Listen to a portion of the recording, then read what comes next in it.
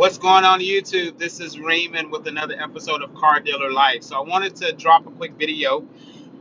I guess I always open my stuff up when I wanted to drop a quick video while I'm dropping a video. First things first, go ahead and like and subscribe to this channel. This channel is dedicated about car dealers, the ups and downs in the car business. So my goal is to be transparent with y'all, to talk a little bit about what's going on in my day-to-day business. Also, hopefully these tips and tricks will help you level up, grow your business, start the business, and just continue to do good business. So that is what the purpose of this channel is. And yeah, so if you're interested in that type of stuff, go ahead and smash the subscription button right now, because I want you to be a part of the family. And the way that you see up-to-date videos is by subscribing to the channel. And it also helps us be able to move up in the rankings here on YouTube. So please, please, please subscribe to this channel if the content is what you're looking for. All right, let's go and jump into the video. So a little bit of a drama, man. For the first time, I guess you can say. My car business is pretty consistent. Like, it's not a lot of major events that happen and stuff like that. As far as a negative event, right? A major negative event. Well, I have one today. So today, I am dropping a video to tell you guys I was robbed. I was robbed by a salesperson. All right, I was robbed, not at gunpoint, but he stole money from the business. So this brings up a good topic of loss prevention. How are you protecting your business? What channels are you putting into place to protect your business, your money? Hold on, let me get this visor in front of me so the screen can look consistent. So essentially, this guy had been working with me down in the Phoenix City lot. He had been working there for probably a month and a week, a month and 2 weeks, and so I do audits, reconciliation, right, on the accounts to make sure that the payments that we have received into the lot is deposited and accounted for in the bank account. All right. So if you guys have salespeople, you need to make sure that you can pull a cash receipt report from your dealer management software, and you can go to your bank's account and your transaction log and ensure that your deposits are being deposited accordingly. Now, for me, at first, I was only doing it every 2 weeks.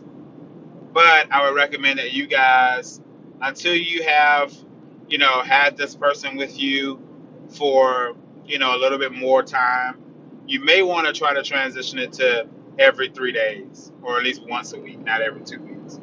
But what that's going to do is make sure that you don't allow someone to steal your money over time, like how I did. Now, I caught it fairly quickly, because it could have been longer. He had been stealing for about 16 days. Um, but that is a long time to have somebody steal anything from you. If somebody was stealing something from you for 16 days, if I told you that, you would say, well, hell, why would you let them steal for you for 16 days, right? So make sure that you have those checks and balances in place.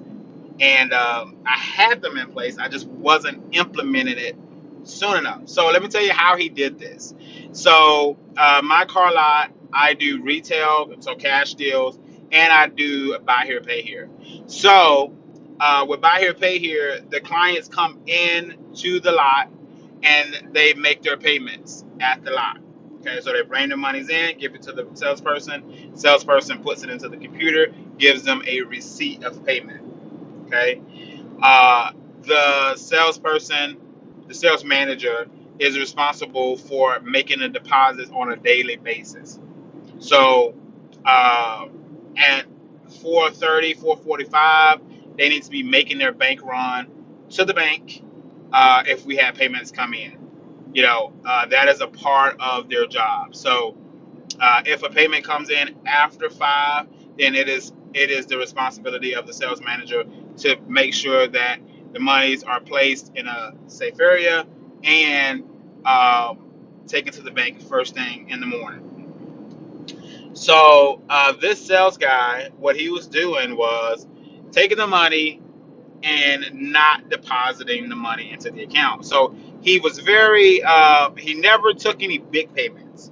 He only took the buy here, pay here notes for the most part, but he did get a little brazen where he stole the down payment on one of the cards, $400. So he stole a total of about $1,300. $1,298 is what it came up to. So he stole $1,300 in 16 days in little payments.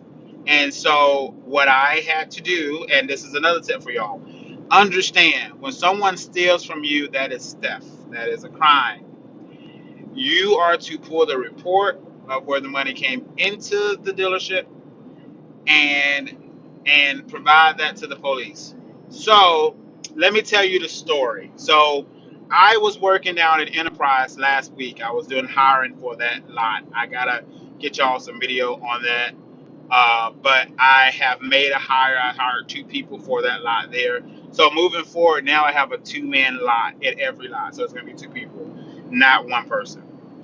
Which is I would recommend that as you are exploring your dealership and you're getting it open, that you do the same thing. One of them should be base salary plus commission, and the other one should just be commission only. But what that will do is for it will allow for you to have a little bit better transparency uh, and checks and balances, right? Uh, so so.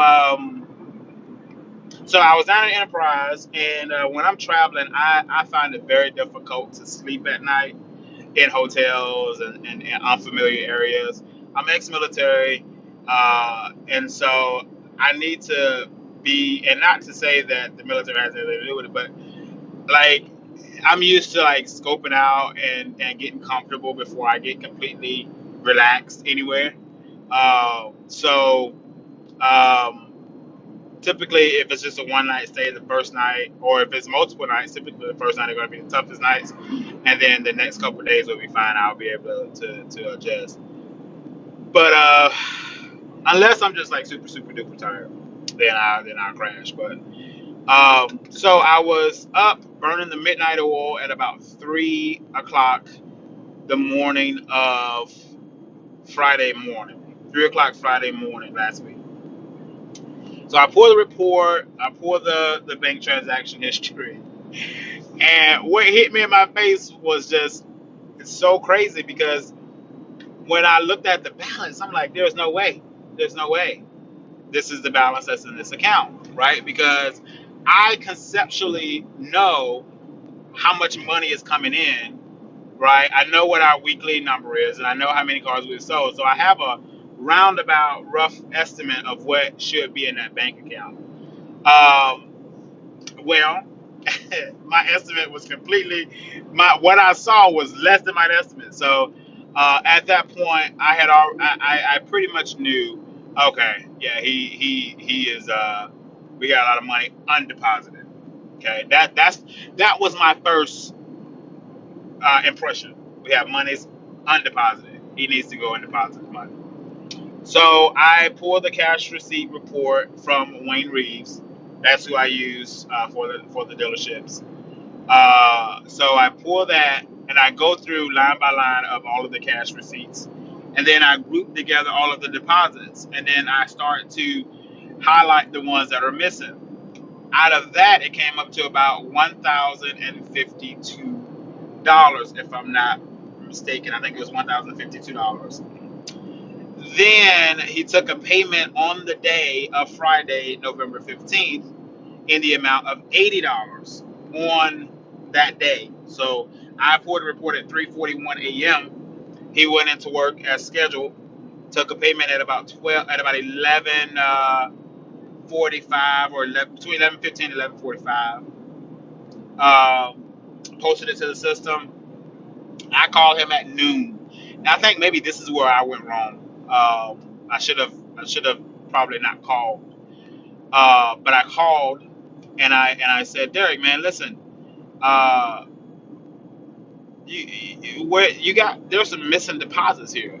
Where are the missing deposits?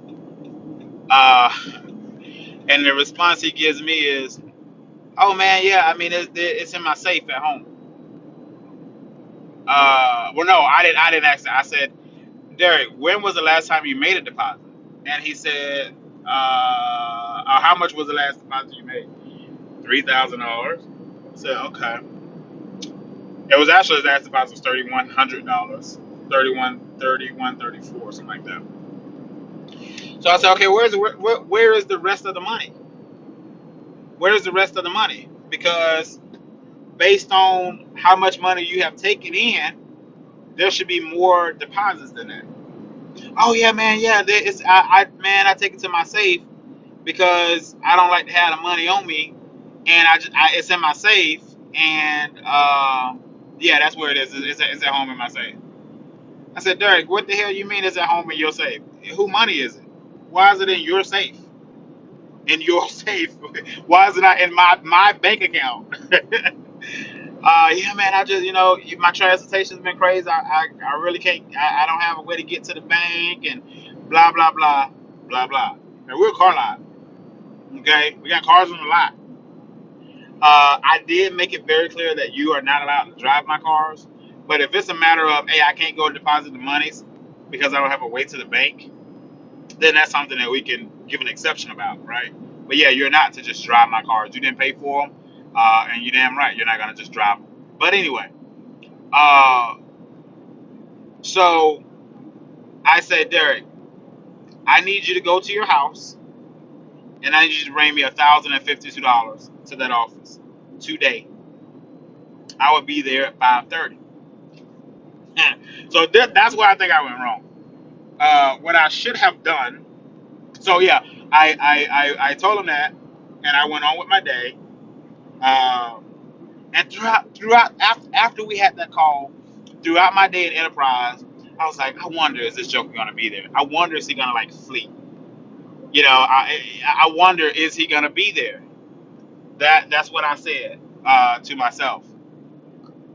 So I leave Enterprise at about 3:30 or about 3:25 Alabama time. Now Phoenix City operates on Eastern time. That's the only a little small pocket in Alabama actually is still on Eastern time because it's so close to the Georgia line, like it's right there, and Columbus is right there. So a lot of the people that live in Columbus work in Phoenix City and vice versa. So I leave at 3:25. I get to well, I guess I left earlier than that. I guess I left at 2:45 because I got to Phoenix City at about 3:40, 3:40 when I got to my lot. Gave him a call, no answer. Well, I get to the lot, he's not there. He's not there. He's not at the lot. So the gate to the lot is open. The door to the lot is locked. It's secure. But the gate is open to the lot. The music is on the porch. We have surround sound on our front porch of the lot, and so that's on. Computers on, lights are on. So I'm looking like, okay, I don't see no note like, hey, I stole your money, or hey, find me if you can, right? None of that. So I call him, and I called him, and no answer. Called from office line, no answer. Send him a text message from my phone. Derek, it's Raymond. I'm at the lot. Where are you? Question mark. No reply. Call him a couple more times, about three more times. At this point, I'm already going to find the paperwork. I'm already getting everything ready because I already know which way we're going. So at about 5:55, I sent him a text. Hey, calling the cops at 6 o'clock. Calling the cops at 6 o'clock because that's the time our lot closes. And if you ain't back by then, that means you ain't coming back. Which means then I have to just go ahead and file charges against your ass. So that's what we had. That's what had to happen. So at about 6:05, I contacted Phoenix City Police Department. Phoenix City Police Department came out, took my statement, looked at the camera. He left, and that's another thing. So I got the camera playing back. He left at about 12:35. At about 12:35 is when he left the lot. And so, yeah, that's the time he left the lot. And so I was like, okay. He left in a car that I had never seen before, and he didn't return at all from that point. So we went ahead and I went ahead and filed the charges. Um, Yesterday, I met with the investigator just to get my documentation submitted. Today, I'll be swearing in on the warrant. So a warrant will be issued for his arrest today. It's a process, though, which sucks. A warrant will be issued for his arrest. He is facing a third-degree felony. And so, you know, hey, if you took somebody money, man, fess up. Say, hey, I got it. I'll pay you back, or whatever the case may be. But when you try to run and you try to hide, it's only going to make the situation worse. So, with that being said, watch yourselves, people. Make sure you have policies and procedures put in place to where you know what in the hell is going on. All right, because we're all in this business to grow to a point where we're not having to do every single thing ourselves. So, with that being said, there's an inherited risk that you take on when you have other people handling your money. So, make sure you have some procedures put in place, so when that time happens, because it's going to happen, it's inevitable. It may happen. It's a high probability that it will happen if you have other people working for you. It's a high probability, and I'm not gonna go as far. And I'm gonna retract what I said. It may not happen because I said it's gonna happen. It may not to you. It may not. But when you have somebody working in your dealership, particularly that's out of state, and you are not in that dealership every single day, and you're making the bank deposits yourself, it is a high probability that people will steal. And here's why: because they see the money coming in, they see the money coming in, right? And people, when they're touching the money and they're seeing that money coming in, that money's coming in, that money's coming in, the greed starts to set in. And you know what? This man got a lot of money, or he's making a lot of money at this dealership, which he's only able to steal $1,300, so it must not be too much damn money. Uh, but anyway, he said, they think like, okay, well, the business is making a good amount of money, the business is stable. I'm just gonna take this. It's just gonna be mine, right? And in talking with him, I had a hunch for a while that he was doing something that he did not have any business to do, any business doing. And so it happened the way it was supposed to happen, and it is what it is. You just have to keep pushing. You have to keep building. You don't let one person force you or intimidate you to close your business or any of that crap. It's gonna happen. Loss is gonna happen, but it's how you respond to the loss. It's what you do that makes the difference. And I can't wait till I get that mugshot so that I can put it in every sales office that I have, in the manager's lot, in the manager's office, because it is going to be a reminder that I will prosecute you to the fullest extent of the law if you blatantly steal from me and then run and hide from it. Period. I advise all of y'all to do the exact same thing if it happens. Do not allow them to get away. You press charges, you do whatever you have to do to make sure you put the whole weight of the United States justice system behind you. Period. All right, that is my story for today. theft by taking. Watch your folks, man. Watch your folks. But we have two people starting today. Well, one started today, one started after the Thanksgiving holiday.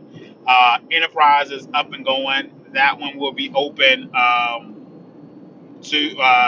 I'm going there tomorrow, Thursday and Friday for training.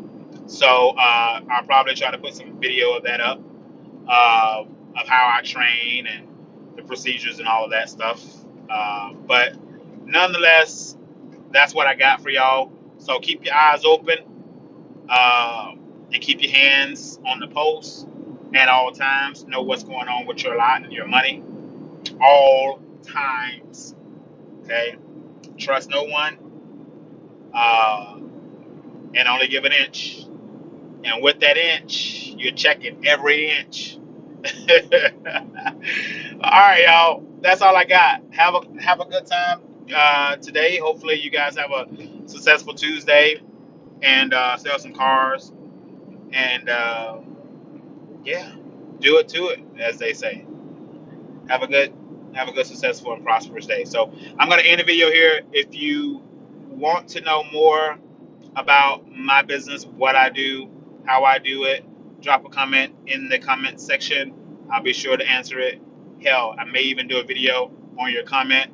So definitely keep it, uh, keep interacting with me, and I'll make sure I keep interacting with you. Take care, guys.